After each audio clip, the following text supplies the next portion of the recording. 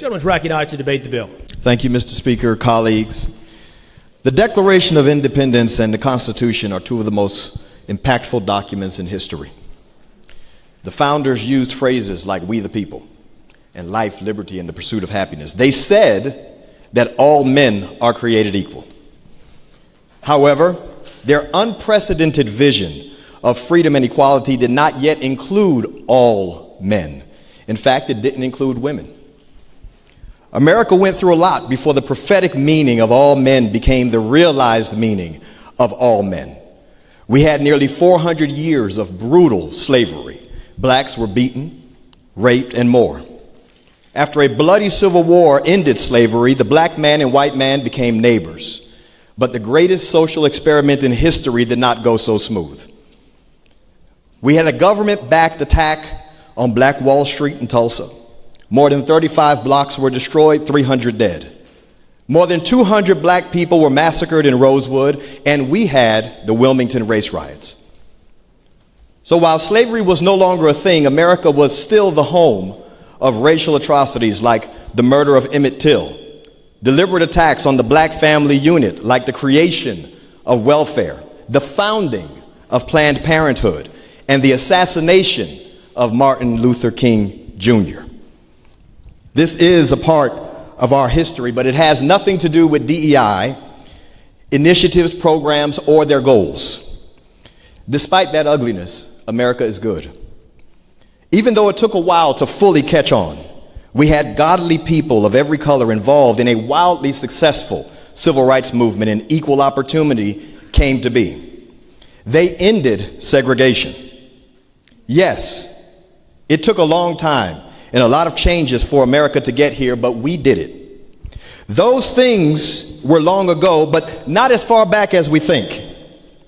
There are people in North Carolina who were born without civil rights. They're alive today.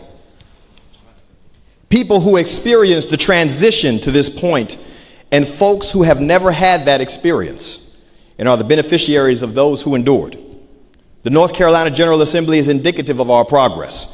We have white and black men, black and white women, Hispanics, Asians, and others here. We have rich people, poor people, and different religions making decisions for the people of North Carolina. Often in these discussions like this, people are not honest about how bad things were or how good things are. Yes, there are racists and elitists of every color roaming the earth. They cause the occasional social dysentery with a devilish combination of hate, ignorance, and stupidity.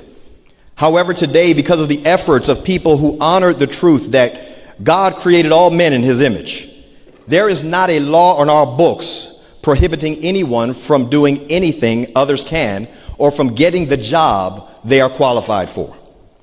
Some argue that eliminating DEI is racist. However, DEI is not about the opportunities of black people. Most are shocked to find out that black people are pretty low on the list of those who benefit from DEI type initiatives. The truth is buried, but you can Google it.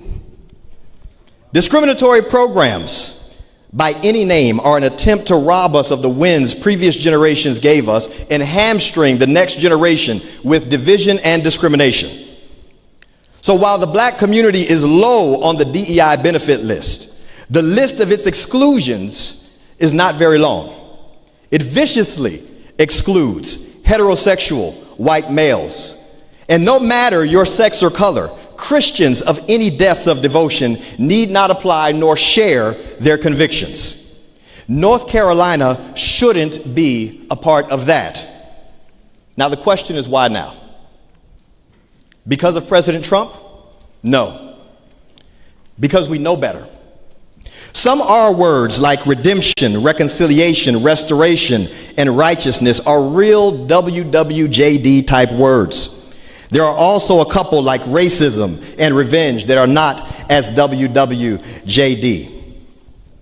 History shows that discrimination is a present evil, seeking new victims.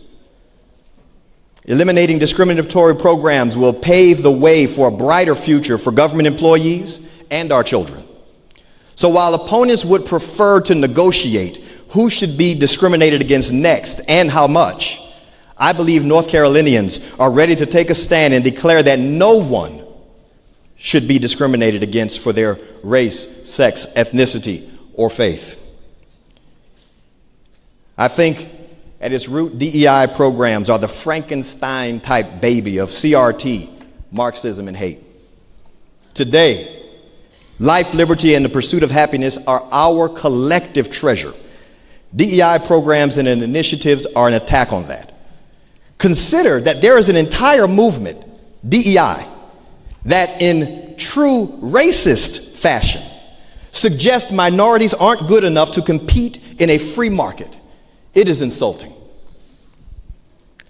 We have the work of prior generations to protect, and North Carolinians are ready to move on from discrimination. This assembly should do its part to achieve that, and I urge everyone to support this bill. Thank you, Mr. Speaker.